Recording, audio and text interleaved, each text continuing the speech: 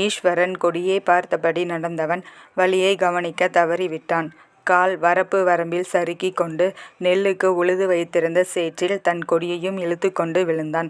ஈஸ்வரன் நெஞ்சில் கிடந்தாள் கொடி. அவளது இடுப்பை சுற்றி வளைத்து இருந்தது அவனின் கைகள். தன்மேல் விழுந்தவளைக் கண்டு உதட்டை கடித்து சிரித்தவன் எழ பார்க்க மீண்டும் வழுக்கிக் கொண்டு சேற்றில் விழுந்தான்.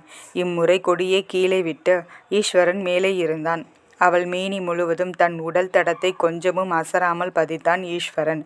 அவளின் மாமா எழுவதும் அவள் மீது விழுவதுமாக இருந்தவன் ஒரு கட்டத்தில் அவள் கழுத்தில் உதடுகளை உரசினான்.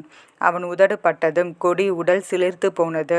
மாமா இருங்க, நான் எழுந்து உங்களை தூக்கி விடுறேன் என கொடி கூறியதும் இரு கொடி, நானே எழறேன் என எழுந்து மீண்டும் அவள் நெஞ்சில் தொப்பென்று விழுந்தான். உடல் முழுவதும் சேராக ஆனதை நினைத்து கொடி கவலை கொள்ளவில்லை. அவன் உடல் அவள் உடலோடு உரசி உறவாடுவதைக் கண்டு மனம் புழுங்கியது. மாமா உங்களுக்கு எழுந்திருக்க தெரியல, இருங்க நான் எழுந்துக்கிறேன் என பொறுமையாக கூறியவள் மாமனை விட்டு விலகி எழுந்தாள். அவள் நிற்கும் போது அவளின் புடவை முந்தானையை பிடித்து இழுத்தான் ஈஸ்வர். தொப்பென்று ஈஸ்வரன் மீது விழுந்தவள் உதடுகள் ஈஸ்வரனின் காதில் அழுத்தமாக பதிந்தது. ஈஸ்வரன் ஒன்றும் தெரியாதது போல் ஓரக் கண்ணால் கொடியை பார்க்க கொடி சங்கடமாக நெளிந்தாள். மன்னிச்சிடுங்க மாமா என முழங்கியவளைக் கண்டு உதட்டை கடித்து சிரிக்க திடீரென கம்பனின் குரல், முல்லை அண்ணன் கையை பிடிச்சிக்கோமா என்று. ஈஸ்வரன் நிமிர்ந்து பார்க்க கம்மன் கை நீட்டியபடி குனிந்து நின்று இருந்தான்.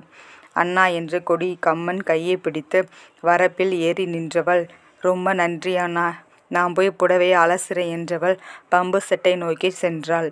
போகும் கொடியை பார்த்து கொண்டே இருந்தான் ஈஸ்வர் சேற்றில் கிடந்தபடி.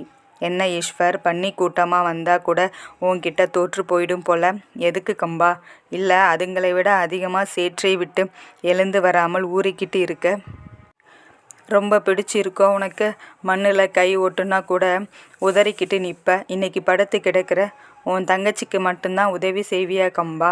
எனக்கு செய்ய மாட்டியா? அப்பாவியாக கேட்டான்.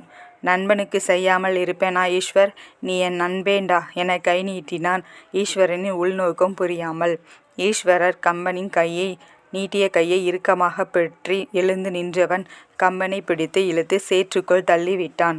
ஈஸ்வர் இழுத்த இழுப்பில் 2 முறை பல்டி அடித்து சேற்றில் குப்புற விழுந்தவன் வாய்க்குள் வரை சேறு சென்று விட்டது.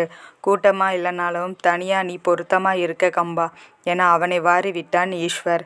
ஈஸ்வர் வாயுக்குள் நுழைந்த மண்ணை துப்பியபடி எழுந்து நின்றவனை எட்டி உதைத்து மீண்டும் மண்ணுக்குள் தள்ளிவிட்டான். எங்களுக்கு தெரியாததை வந்து இவர் சாதிச்சிட்டார் என முணங்கியவன் அதுக்குள்ளேயே கடடா என மிரட்டிவிட்டு கொடியை தேடி சென்றான். உன்னை பற்றி எனக்கு தெரியாதாடா?